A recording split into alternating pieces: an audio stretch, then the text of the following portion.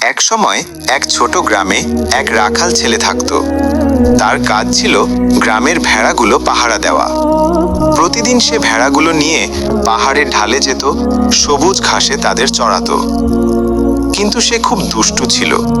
সারাদিন একা থাকতে থাকতে একসময় সে বিরক্ত হয়ে গেল। তখন তার মাথায় একটা দুষ্টুমি এলো। সে জোরে চিৎকার করে উঠল, বাঘ বাঘ, গ্রামের লোকেরা বাঁচাও, বাঘ এসেছে। গ্রামের লোকেরা দৌড়ে দৌড়ে পাহাড়ের দিকে ছুটে গেল, কিন্তু গিয়ে দেখে কোথাও কোনো বাঘ নেই। সবাই রেগে বলল, রাখাল, তুমি মিথ্যা বলেছ, এটা ভালো না। রাখাল হেসে বলল, আমি তো শুধু মজা করছিলাম। পরের দিন আবার সে একই দুষ্টুমি করলো, আবার চিৎকার করলো, বাঘ এসেছে। গ্রামের লোকেরা আবার দৌড়ে এলো, কিন্তু এবারও কোনো বাঘ নেই। তৃতীয় দিন সত্যি এক বাঘ এসে ভেড়াগুলোর দিকে ঝাঁপিয়ে পড়ল।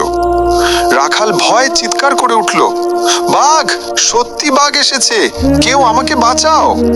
কিন্তু এবার কেউ এলো না। সবাই ভাবলো আবার বুঝি সে মিথ্যা বলছে। শেষে বাঘ ভেড়াগুলো মেরে ফেললো, আর রাখাল কাঁদতে কাঁদতে গ্রামে ফিরে গেল।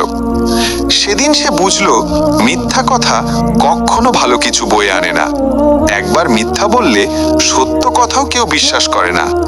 বন্ধুরা, এই গল্পটি আমাদের শেখায় মিথ্যা মানুষকে ধ্বংস করে, সত্য মানুষকে সম্মান এনে দেয়।